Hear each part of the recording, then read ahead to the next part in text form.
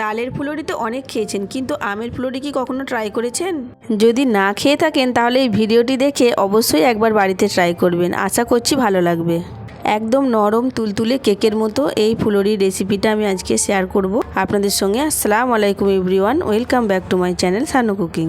যেহেতু আমের ফুলুরি তাহলে তো পাকা আম তো লাগবেই, সেই জন্য আমি এখানে দুটো পাকা আম নিয়েছি, আর একটা এখানে আমি পাত্র নিয়েছি, উপরে একটা বড় ছাঁকনি নিয়েছি। আমটা খুব পাকা হতে হবে, তাহলে ভালো করে আমের রসটা বার করে নিতে পারবো। এই ছাঁকনির মধ্যে দিয়ে হাত দিয়ে এবার আমি রসটা বার করে নেব। এইভাবে আমি দুটো আমেরই রসটা বের করে নেব। একদম সহজ উপায়ে দেখানোর চেষ্টা করেছি, কোনো রকম মিক্সার জার ব্লেন্ড করা কোনো রকম ঝামেলা ছাড়াই একদম সহজ উপায়ে এই রেসিপিটা আমি আজকে বানিয়ে দেখাবো আপনাদেরকে। পাল্পটা বের করা হয়ে গেছে, এবার আমি এক বাটির মতো এখানে ময়দা দিলাম। এবার আমি দিয়ে দেবো হাফ বাটির মতো চালের আটা। এক বাটি ময়দা দিলে হাফ বাটি চালের আটা দিতে হবে। এবার দিয়ে দিলাম আমি অল্প পরিমাণে নারকেল কোড়ানো। নারকেল কোড়ানোটা অপশনাল, আপনারা দিতেও পারেন নাও পারেন। এবার দিয়ে দেবো অল্প একটু মৌরি, আর দিয়ে দেবো অল্প একটু খাবার সোডা। এবার খুব ভালো করে হাত দিয়ে মেখে নেব। এখানে কিন্তু আমি কোনো রকম পানি ব্যবহার করব না। এই আমের পাল্পটা দিয়ে খুব ভালো করে আমি ব্যাটারটা তৈরি করে নেব। এবার আমি দিয়ে দেব এখানে অল্প পরিমাণে চিনি।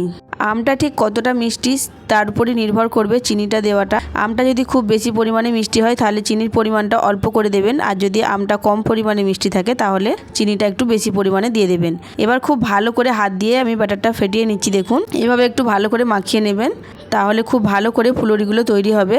খুব ভালো করে আমার মাখা হয়ে গেছে। এবার আমি একটা কড়াই বসিয়ে দিলাম গ্যাসে গরম হতে, আর পরিমাণ মতো দিয়ে দিলাম সাদা তেল।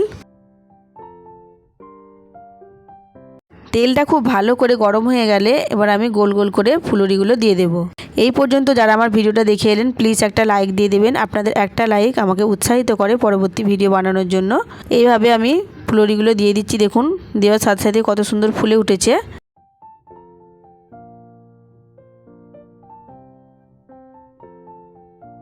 এবার খুব ভালো করে উল্টে পাল্টে লাল লাল করে ভেজে নিতে হবে। এখন তো সন্ধে হলেই বৃষ্টি নেমে যাচ্ছে, আর এই বৃষ্টির দিনে আমের ফুলুরি বানিয়ে আপনারা আপনাদের পরিবারের সকলকে দিতে পারেন। সবাই খেয়ে খুব খুশি হয়ে যাবে, আর বৃষ্টির দিনে সন্ধেটাও হয়ে যাবে জমজমাট। আমি প্রত্যেকটা ফুলুরি ছেঁকে তুলে নেব। আজকের রেসিপিটা যদি ভালো লেগে থাকে তাহলে প্লিজ লাইক কমেন্ট শেয়ার করে দেবেন। আর যদি আমার চ্যানেলে কেউ নতুন হয়ে থাকেন তাহলে প্লিজ আমার চ্যানেলটা সাবস্ক্রাইব করে আমার পাশেই থাকবেন, আর পাশে থাকা বেল আইকনটা প্রেস করে দেবেন, যাতে করে আমি নতুন কোনো ভিডিও ছাড়লে নোটিফিকেশান সবার আগে আপনার কাছে পৌঁছে যায়।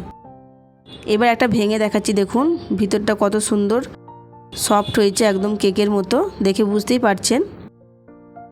সময়ও খুব বেশি লাগে না, একদম কম সময়ের মধ্যেই এই রেসিপিটা তৈরি হয়ে যাবে। কেমন লাগলো অবশ্যই কমেন্টে এসে জানাবেন। আজ তাহলে আসি, ফিরে আসবো নতুন একটা ভিডিও নিয়ে। ততক্ষণ সবাই ভালো থাকবেন, সুস্থ থাকবেন। আল্লাহ হাফিজ।